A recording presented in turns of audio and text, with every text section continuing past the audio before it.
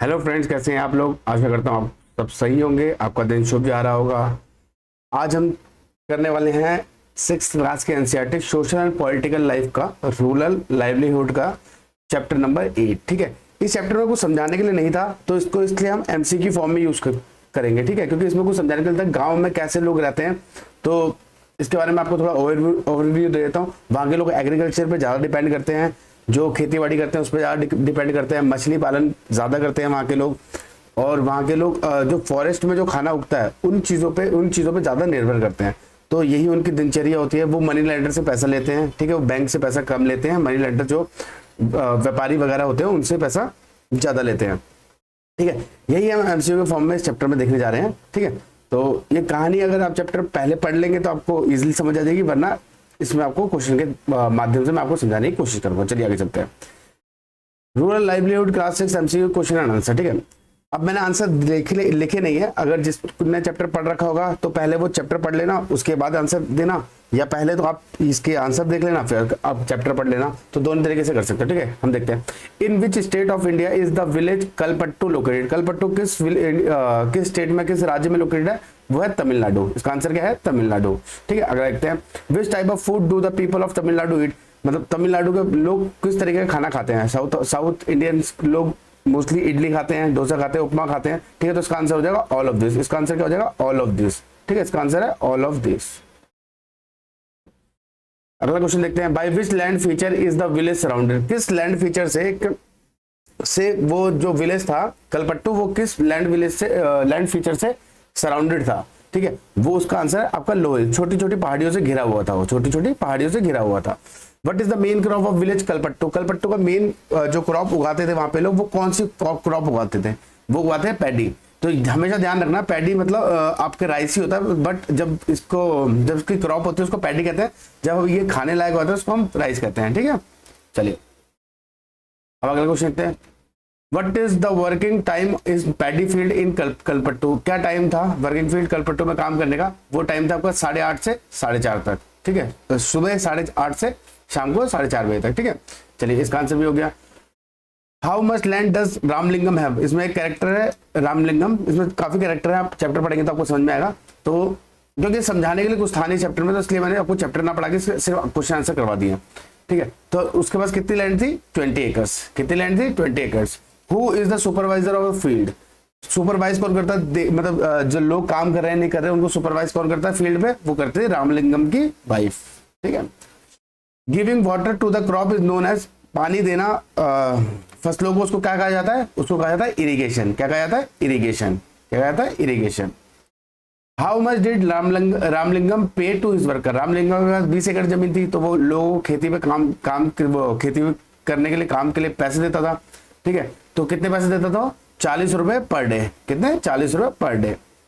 Which animal milk does Ramalingam sell in local milk cooperative. जो local milk cooperative है उसमें रामलिंगम कहाँ पे किसका दूध बेचा करता था? हाइब्रिड काउ का। किसका? Of the hybrid cow. ठीक है, अगला क्वेश्चन देखते हैं। If the farmer fails in repayment of loan he commits. आपने बहुत न्यूज सुनी होगी कि अगर जब जो किसान लोग हैं अपने पैसे जो उन्होंने उधार लिया हुआ है, जो लोन लिया हुआ है, उसको नहीं दे पाते तो वो सुसाइड कमिट कर लेते हैं। इसका आंसर क्या होगा? Suicide. What does Ramalingam do with the rice production in his rice mill. Ramalingam अपने जो राइस प्रोडक्शन होता था उसकी राइस मिल में उसका क्या करता था? He sells to traders in nearby town. वो क्या करता था? अपने जो ट्रेडर्स होते थे, व्यापारी होते थे जो उसके शहर के आसपास, उसको दे देता था बेचने के लिए। What is basic occupation of 80% of India. 80% Indians का जो बेसिक काम है वो क्या है? वो है उनका एग्रीकल्चर। वो 80% लोग एग्रीकल्चर पर डिपेंड रहते हैं। Who was थुलासी। थुलासी कौन थी?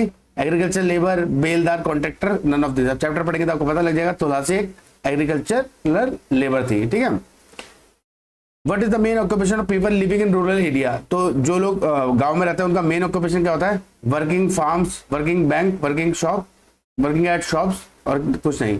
तो इसका आंसर होगा वर्किंग फार्म्स। वो खेतों में ज्यादा काम करते हैं। ठीक है, nearly dash of all the rural family are agriculture labour. बताइए कितना, अब चैप्टर पढ़ेंगे तो आपको पता लगेगा नियरली कितने जो आपके, तो कितने होते हैं? 1/5। कितने? नहीं, 2/5, सॉरी, 2/5 लोग जो रूरल फैमिली में होते हैं वो एग्रीकल्चर लेबर होते हैं, ठीक है। Workers who work on land but do not possess any land, जो लोग फार्म में काम करते हैं, जो लैंड में जमीन पे काम करते हैं बट उनके पास अपनी जमीन नहीं होती, उनको क्या कहते हैं? Landless workers. क्या कहते हैं? Landless worker. उनके पास, जिसके पास जमीन नहीं होती, उनको कहते हैं landless workers. These are people in the village provide dash such as blacksmith, nurses, teachers, washerman etc. ये लोग जो पीपल क्या प्रोवाइड करते थे? जो बड़े कुम्हार थे, जो नर्सेस थे, टीचर्स थे, ठीक है, जो वॉशरमैन थे, वो क्या करते थे? वो सर्विसेज प्रोवाइड करते थे। क्या प्रोवाइड करते हैं? सर्विसेज प्रोवाइड करते थे। Which of the following is not the source of livelihood in for the people in rural area, ठीक है। लाइवलीहुड का कौन सा सोर्स नहीं है गाँव में, ठीक है। Selling milk in near by village, ये तो होता ही है, ठीक है, ये होता है।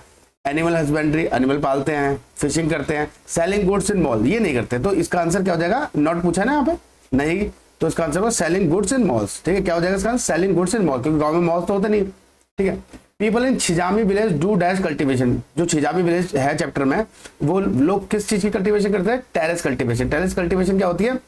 टेरेस कल्टीवेशन आपने देखी होगी, एक खेत उसके नीचे दूसरा के सीढ़ी नुमा जो खेत होते हैं उनको कहते हैं टेरेस कल्टीवेशन, ठीक है। जो टेरेस फार्मिंग होती है उसको कहते हैं टेरेस कल्टीवेशन, ठीक है। Which of the following village is in Tamil Nadu, कौन सा विलेज था तमिलनाडु में? यहाँ पढ़ चुका है कलपट्टू, क्या नाम है उसका? Kalpattu. Which of the following state of India has the highest poverty ratio, गरीबी रेखा सबसे ज्यादा कहाँ पे, सबसे ज्यादा गरीबी किस राज्य में इंडिया के? उसका आंसर है बिहार, ठीक है। Farmer need to take loans for the following reason, जो फार्मर्स लोन लेते हैं, जैसे मनी लेंडर से ले लिया, बैंक से ले लिया, लोन जो लेते हैं वो किस रीजन के लिए नहीं लेते हैं? एक्सेप्ट का मतलब था कि नहीं लेते, इनको छोड़ के कौन सा एक है जो अलग है? तो देखो, टूरिज्म के लिए नहीं लेते हैं, तो इसका आंसर टूरिज्म हो जाएगा। सीड के लिए लेते हैं, फर्टिलाइजर के लिए लेते हैं, पेस्टिसाइड के लिए लेते हैं, तो एक्सेप्ट पूछा है तो इसका आंसर हो जाएगा टूरिज्म। क्या हो जाएगा? Tourism. When there is no work in the farm, what farmers do, जब फार्म में काम करने के लिए काम नहीं होता, फार्म में जब खेती करने के लिए काम नहीं होता, तो फार्मर्स क्या करते हैं? वो क्या करते हैं? वर्क समवेयर एल्स, पैसे कमाने के लिए कहीं और जाके काम करते हैं, ठीक है। Giving water to the crop is known as, ये क्वेश्चन कर चुका है, इसका answer irrigation. A man engage in making iron goods tools instrument, जो आदमी लोहे का सामान गुड्स बनाता है, टूल्स बना, हथियार औजार बनाता है, ठीक है, ये कोई इंस्ट्रूमेंट बनाता है, उसको क्या कहते हैं? उसको कहते हैं ब्लैक स्मिथ। क्या कहते हैं? Black Smith. उसको बढ़ई भी कहते हैं, नहीं सॉरी बढ़ई नहीं, ब्लैक स्मिथ को हिंदी में क्या कहते हैं? उसको हम लोहार कहते हैं। क्या कहते हैं? लोहार, ठीक है, लोहार। ब्लैक स्मिथ को कहते हैं लोहार। देखने के लिए धन्यवाद। देखते रहिए, पढ़ते रहिए, समझते रहिए। आज चैप्टर को थोड़ा अलग तरीके से पढ़ाने की कोशिश की है, तो आप देखिए और पढ़िए। देखने के लिए धन्यवाद।